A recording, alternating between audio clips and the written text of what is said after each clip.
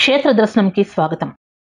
మీరు ఎంతవరకు నా ఛానల్ సబ్స్క్రైబ్ చేయకపోతే వెంటనే సబ్స్క్రైబ్ చేయండి. పక్కనే బెల్ బటన్ క్లిక్ చేసి యాక్టివేట్ చేసుకుంటే నేను చేసే ప్రతి వీడియో మీకు నోటిఫికేషన్ ద్వారా తెలుస్తుంది.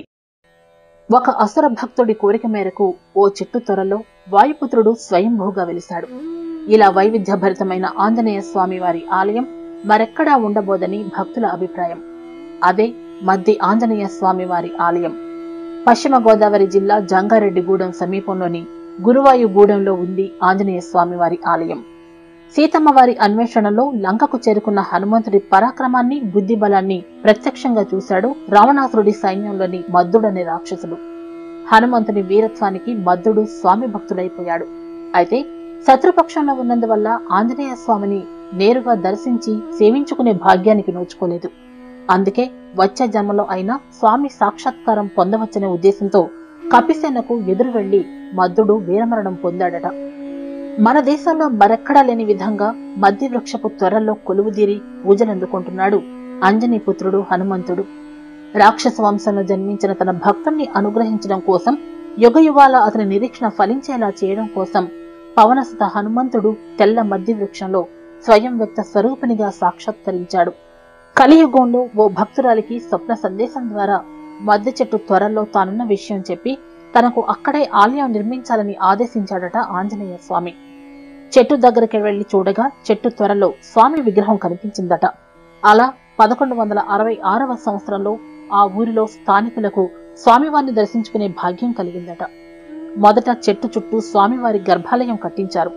తర్వాత కొంతకాలానికి పూర్తిస్థాయి ఆలయం నిర్మించారు.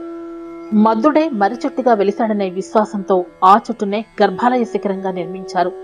చెట్టు త్వరలో 5 తలల సర్పరాజు శేషపడగతో స్వామివారికి ఛత్రం పట్టినట్లుగా ఉంటుంది. రజత కవచాలంకరణతో, పుష్పమాలాలంకరణతో, తమలపాకుల మాలికలతో సర్వాలంకార భూషితుడై అభిష్టవరదుడై స్వామి విరాజిల్లుతున్నాడు.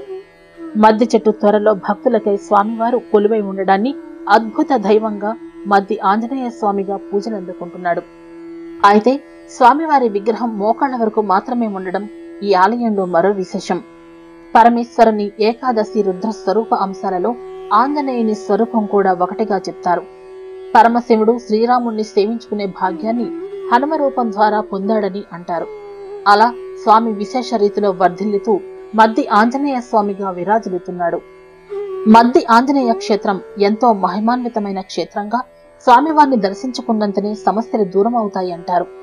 ఆలయంలో ప్రదక్షిణలు చేస్తే అనుకున్నది నెరవేరుతుందని భక్తుల విశ్వాసం.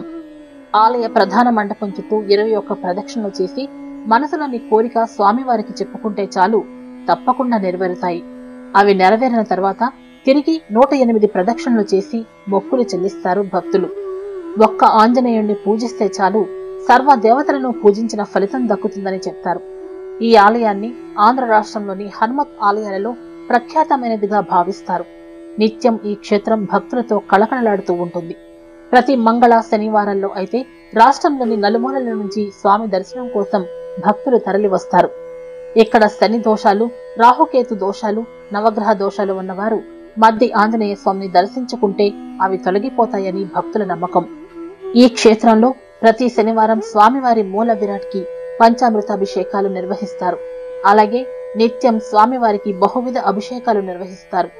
మద్దుడిని అనుగ్రహించడానికే అన్నట్లుగా ఆంజనేయ స్వామి వారు ఈ క్షేత్రంలో అవతరించారని చెప్తారు. ఆలయంలో 7 అంతస్తుల కళ్ళు చెదిరే అత్యంత మనోహరమైన గోపురాలు, ప్రాకారాలు, పంచ కలశాలతో రాజగోపుర నిర్మాణం ఆధ్యాత్మికతకు నిదర్శనంగా నిలుస్తోంది. ఈ క్షేత్రంలో శ్రీ వెంకటేశ్వర స్వామి వారి నెలవు ప్రత్యేకం. ఆంజనేయ స్వామి దర్శనానంతరం భక్తులు శ్రీనివాసుడిని దర్శించుకుంటారు. సర్వాలంకార భూషితుడైన స్వామివారు భక్తుల పూజలు అందుకుంటున్నారు. కలియుగ దైవమైన శ్రీనివాసుడు ఈ క్షేత్రంలో అర్చామూర్తిగా కొలువబడుతున్నాడు. కటివరద అభయహస్తాలతో ఆ వైకుంఠవాసుడు దర్శనమిస్తున్నాడు. ఇక ప్రతి నెల ఆంజనేయ స్వామి వారి జన్మ నక్షత్రమైన పూర్వభాద్ర నక్షత్రంలో సువర్చల సమేత ఆంజనేయ స్వామి వారి కళ్యాణ వేడుకలు కన్నుల పండుగగా నిర్వహిస్తారు. అలాగే హనుమత్ జయంతి వేడుకలు 5 రోజుల పాటు ఘనంగా జరుగుతాయి. ఇక కార్తీక మాసంలో ప్రతి శనివారం 1,00,000 తమలపాకులతో అర్చన, ప్రతి ఆదివారం సామూహిక సువర్చల హనుమత్ కళ్యాణాలు, ప్రతి సోమవారం లక్ష్మీ పుష్పార్చనలు నిర్వహిస్తారు. ఏ ప్రాంతం వారైనా జంగారెడ్డిగూడెం మీదుగా గురువాయూరు గూడెనకు చేరుకోవచ్చు. ప్రధాన రహదారికి సమీపాన ఉన్న ఈ ఆలయాన్ని సులభంగా చేరుకోవచ్చు. మరో ఆలయ విశేషాలతో క్షేత్ర దర్శనంలో మళ్ళీ కలుద్దాం. నమస్కారం.